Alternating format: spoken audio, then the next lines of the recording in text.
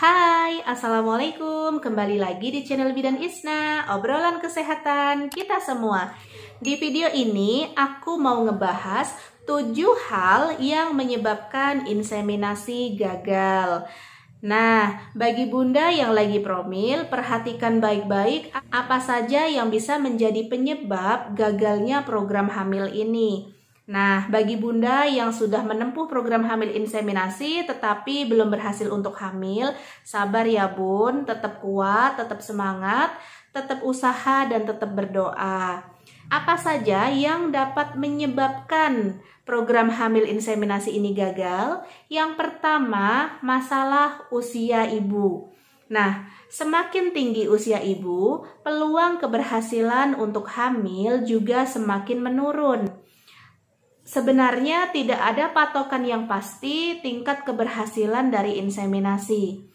Tingkat keberhasilan dari inseminasi tergantung pada usia ibu. Promil dengan inseminasi itu tingkat keberhasilannya juga tidak terlalu tinggi, hanya sekitar 20 hingga 30% dan itu pun tergantung pada usia ibu.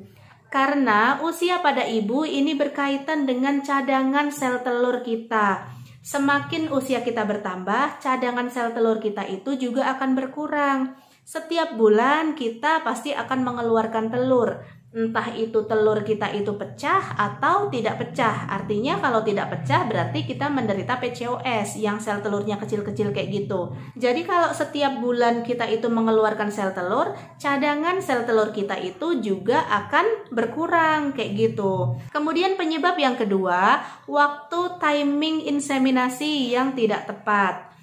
Waktu inseminasi itu dilakukan ketika sel telur sudah pecah di ovarium.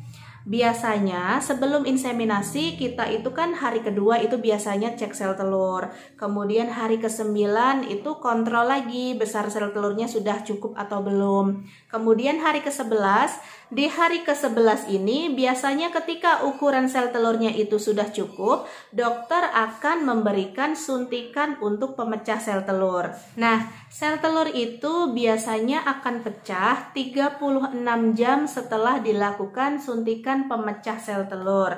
Jadi saat inseminasi itu biasanya dokter sudah memberikan jadwal yang pas ketika sel telur ibu itu pecah. Idealnya ketika sel telur pecah, pada saat itu juga kita dilakukan tindakan inseminasi, yaitu disemprotkan sperma suami kita yang udah dipilih yang bagus-bagus itu, kemudian disemprotin menggunakan kateter ke puncak rahim. Nah, kalau misalkan timing ini tadi tidak tepat, bisa kemajuan atau kemunduran.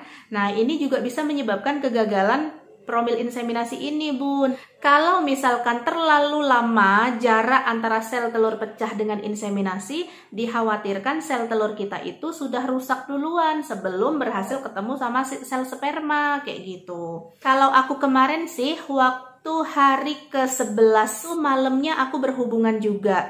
Sehingga kalau misalkan kita hari ke-11 setelah haid itu kita berhubungan, diharapkan ada sperma yang masuk dan umur sperma itu kan bisa 5 hari, bun. Jadi sel sperma itu tadi sudah berada di rahim kita. Apabila sel telur kita itu nanti pecah, diharapkan bisa bertemu dengan sel sperma yang sudah menunggu di dalam rahim.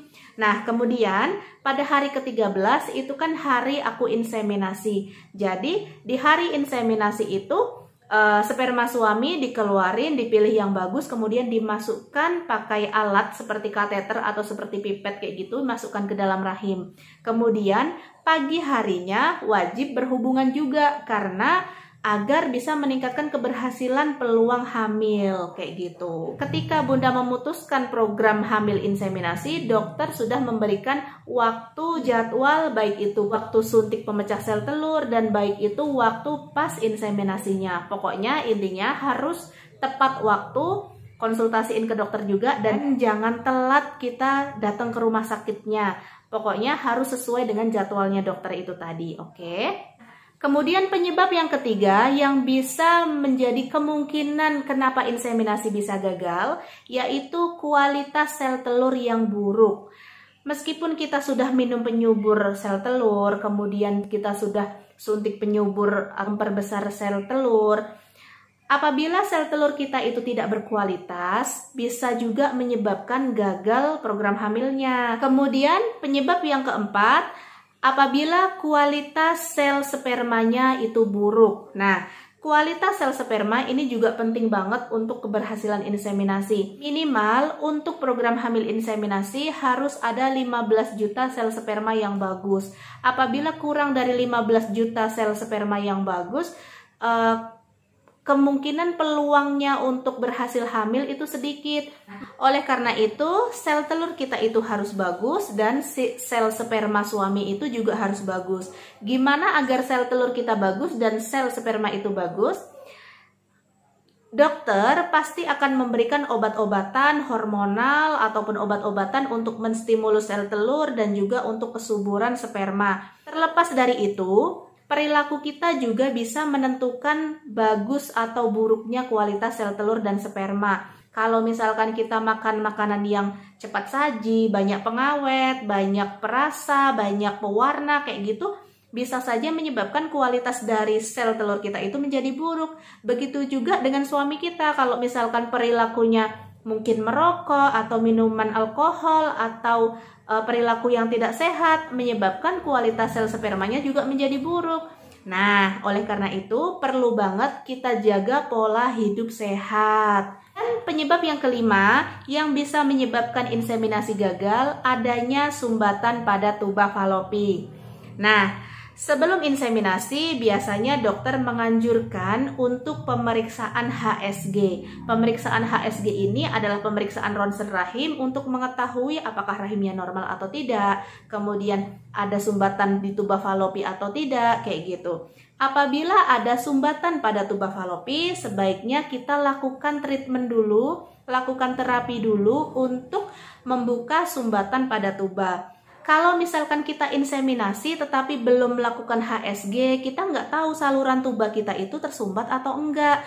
Nah, kalau misalkan kita nanti udah inseminasi, ternyata saluran tuba kita tersumbat, bisa menyebabkan kegagalan. Oleh karena itu, perlu banget untuk HSG atau ronsen rahim, dan apabila ada sumbatan, perlu sekali untuk melakukan terapi atau biasanya kalau ada sumbatan tuba dilakukan terapi hidrosalping untuk membuka saluran tuba yang tersumbat itu.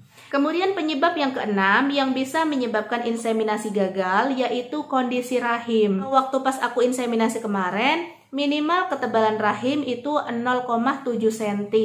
Nah, apabila ketebalan rahim kita itu masih sangat tipis, kemudian kurang dari 0,7, peluang untuk berhasil hamil ini lebih sulit, Bun, karena nanti kan ketika sel telur dan sel sperma itu bertemu, dia akan menempelkan diri di dinding rahim. Kalau dinding rahim kita itu tipis, menyebabkan gagal nempel kayak gitu, gagal implantasi. Dan salah satu hal yang bisa membantu untuk menebalkan dinding rahim atau membuat rahim kita itu menjadi subur yaitu mengkonsumsi asam folat, Bun. Nah, asam folat ini Bunda bisa dapatkan di buah-buahan seperti buah apukat ataupun sayur-sayuran seperti buncis, kacang panjang, dan sayuran hijau yang lainnya. Nah, kemudian penyebab yang ketujuh yang bisa menjadi penyebab kemungkinan gagalnya inseminasi adalah ketidakseimbangan hormon. Hormon ini sangat penting dalam proses reproduksi, karena kalau hormon kita itu nggak stabil, bisa menyebabkan gangguan pada saat pertumbuhan sel telur. Kemudian bisa juga gangguan pada saat pertumbuhan janin itu tadi, kayak gitu. Oleh karena itu penting banget untuk cek hormon agar mengetahui hormon kita itu teratur atau tidak, hormon kita itu normal atau tidak. Oleh karena itu perlu banget Bunda konsultasiin ke dokter untuk mengetahui hormon Bunda itu normal atau tidak. Kalau aku dulu terapinya itu 6 bulan, Bun, karena aku kan PCOS parah. Jadi aku dari bulan 2 dan baru inseminasi di bulan 7 karena dari bulan 2 ke bulan 7 itu proses menstabilkan hormon aku, karena aku kan gemuk, kemudian hormon aku itu kurang sensitif insulinnya kayak gitu. Terus juga aku kan PCOS kayak gitu. Jadi perlu banget untuk menstabilkan hormon dengan obat-obatan dan juga dengan pola hidup sehat. Nah, mungkin itu aja yang bisa aku sampaikan. Semoga bermanfaat. Tetap semangat bagi bunda yang lagi promil. Semangat, selalu berusaha dan terus berdoa. Semoga program hamilnya segera berhasil. Terima kasih sudah menonton. Jangan lupa untuk like, komen, dan subscribe. Wassalamualaikum.